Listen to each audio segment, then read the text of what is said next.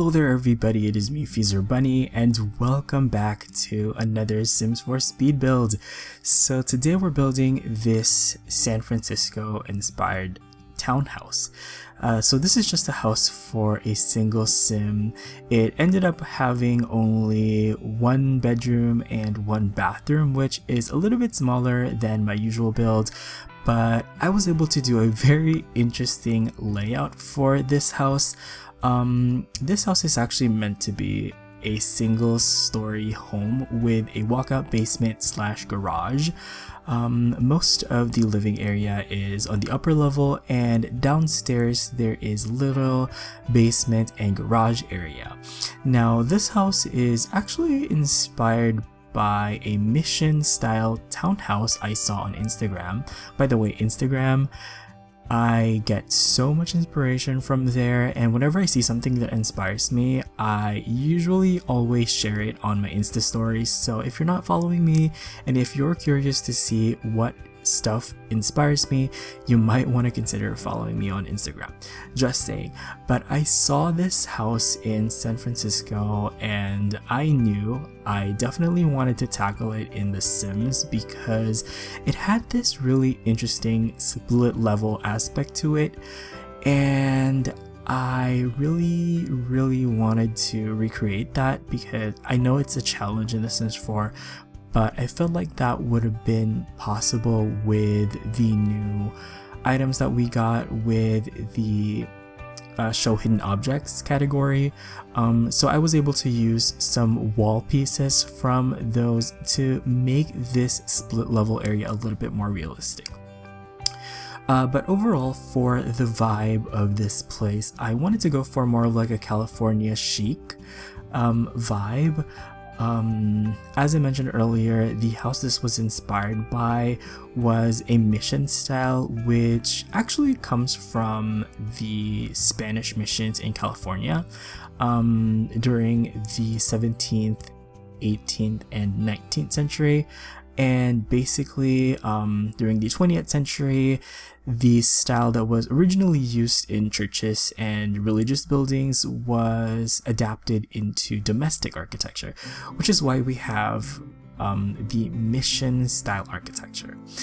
So overall, this build does have a little bit of a Latin vibe to it as well, but I also wanted to keep it very minimal. So yeah, you can definitely tell that this is like somewhere in California. It's not like a painted lady, which is probably a more iconic style in San Francisco, but I felt like this style was just really refreshing to look at, especially since I've only ever done Asian builds for the past like how many months already. So I definitely wanted to do a different style, kind of like as a palette cleanser. I definitely have a lot more Asian builds planned in the future, but yeah, I felt like it was the right time to do this build. Here I'm working on the terrain manipulation for the slope that's supposed to lead up to the garage. Not gonna lie, it's a little bit wonky, but that's the best we can do. I tried my best to hide it with these wall pieces from Debug, and I think it works. Yeah, if you don't really pay attention to it that much, it doesn't really stand out. So I'm really happy with that. The door that actually leads to the basement ended up being on the side because there's no way I could fit in like an actual door in the front part where the main garage door is supposed to be, because that doesn't work. But yeah, I'm really happy with the exterior. It's giving me kind of like a police station slash fire station kind of vibe, with like the narrow facade, and I really love the bay window I used from Laundry Day. It's not an item that I use quite often, but I was able to find a perfect spot for that one in this build. Now we're moving on to the interior, and I really love the interior. I think it's a great representation of my style. Like if I lived in this house, this is probably how I would furnish it, which is very minimal but also very classy and stylish still. So it's kind of like, I would say, Scandinavian mixed with mid-century, because I did use a lot of mid-century pieces from Tiny Living and from Get Famous. And yeah, I just really love the combination of it all. It definitely doesn't have a ton of clutter, which is, you know, kind of true to my personal style. I don't really like to clutter too much, but I love this aspect of incorporating this makeshift bookshelf onto this fireplace. I think this gives this whole townhouse a little bit more personality. Like, I definitely put so many books all over the place, so I feel like that just says that whoever lives here is really into reading books and novels. And yeah, I really like these kind of rustic pieces mixed in with these more contemporary pieces as well. I thought that looked really good. And yeah, I also put in some really cute cat and dog sculptures in here as well, which I feel like give a little bit more personality as well. And of course, a huge flat screen TV. Can I just say, the lighting on that bay window is so stunning. I really love how much light that window actually lets into this interior. And just to give this place a little bit more of a Latin vibe, I incorporated like that ceiling fan. I thought about putting like some beams on the ceiling using the spandrels, which is kind of like a technique that I usually do, but I didn't feel like it was necessary because I just really love the minimalist vibe of this place. So now we're working on the dining room, and I put this cute little bar area right here on one side, and once again, I feel like this just gives it a little bit more of a classy vibe. As for the artwork, I just kept it really minimal. I don't often put artworks like on the wall. I just usually have them like propped on the floor because I feel like that's a little bit more of a fresh take on, you know, having artwork. And yeah, I just like to keep them minimal because I don't really want to take away too much from the architecture. I am the type of person who really appreciates a plain white wall. I just really find that really beautiful, especially when you have good lighting. And I love how the dining room has like a round dining table as well. I thought that was really fresh. We are now moving on to the kitchen, and here you can see a little bit more of a Latin flavor as well. I'm using these beautiful tiles that came with a patch, and also a lot of kitchen stuff from Jungle Adventures.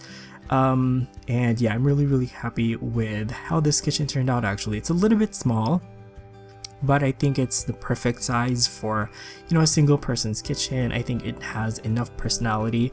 I will say that you might have to delete some of the clutters on the counters to free up some counter space, and I also actually overlapped some of the counters to center this kitchen sink as well as the stove, because I just could not stand them not being on the center. So you guys might see some like clipping, but I didn't think that was a big deal because you can barely see them. So yeah, here I'm putting some of my usual, you know, postcards and just a little bit more personality. I put like a lot of little, you know, clutter here and there. I love that clock, by the way, that came with Luxury Party, I believe, or was it like Vintage Glamour? I think it was from Vintage Glamour. It was this beautiful sunburst clock. It looks so good. I thought that was perfect for like a statement piece on the dining room. And here we're just working on kind of like the entrance foyer area. I found this radiator from Vampires, so I was able to incorporate that over here. That door right there to the right, it's supposed to lead to like a laundry area, but I ended up moving it to the basement because we had way too much space downstairs. So that's where I ended up putting the laundry area. And now we're moving on to the master bedroom. It's a little bit cramped, not gonna lie, but I love the fact that the master bedroom does have access to the balcony at least. So you know, if you want a little bit of fresh air, you can always do that. And yeah, it's nothing too crazy, I guess. I just went for a very minimalist, laid back, chill vibes. And very light woods color scheme. And I'm really happy with the combination of these items. The bed is from City Living, and these two side tables are from Tiny Living. And I noticed that this is a very common trend, especially from like a lot of famous people living in LA. They have these like ceiling lamps on either side of the bed. I've seen these a lot in Architecture Digest, and like Ashley Tisdale's house they had this. I think in Mandy Moore's house. I might be wrong. I might be misremembering.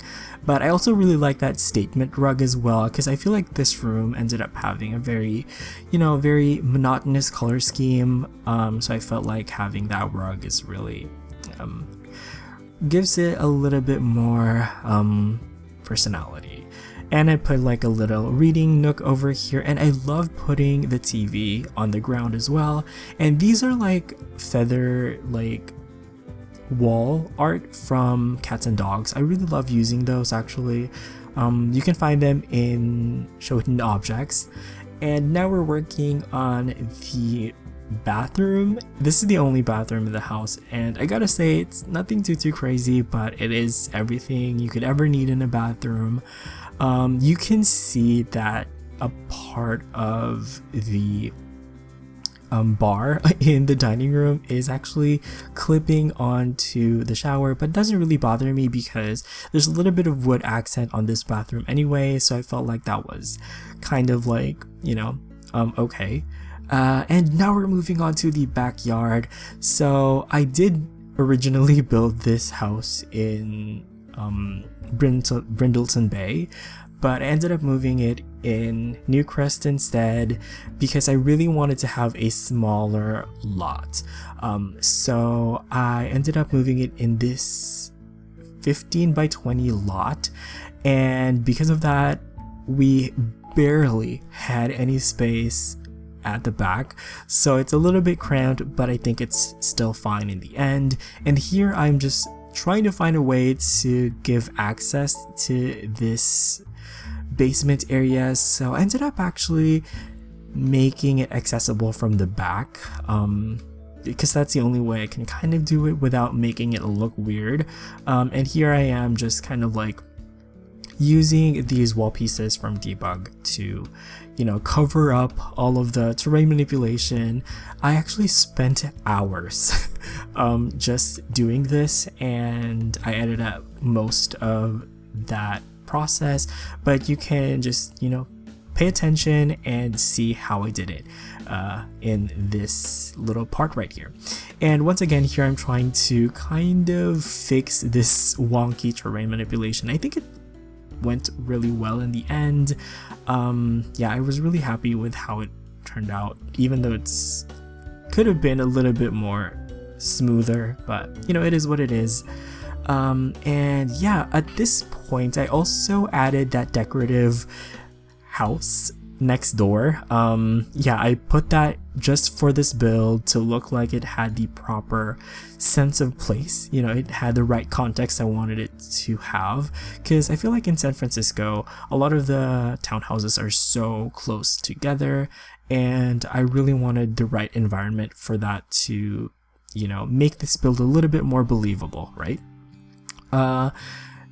Yeah, for the backyard, there's no backyard, so I just put a fence. The fence I used is the one from Debug actually, but we do have a little bit of a yard space on the side. I didn't put much there, I just put like some trash cans and stuff. And now we are basically working on the basement area, which once again is supposed to be like a garage, but I did manage to fit in a couple of storage space in here, and also like the laundry. This is where I ended up putting that. If you have any specific skill you need room for in your Sims lives, you can probably put that in the basement as well, because it's got plenty of space over there. But it looks like this build is actually coming up to an end, so I do hope you enjoyed it. Please let me know your thoughts in the comments. I love hearing from you guys. But other than that, I'm gonna go now. Thank you guys so much for watching. You all have an awesome day. Enjoy the rest of the video, and I'll see you guys next time. Bye bye.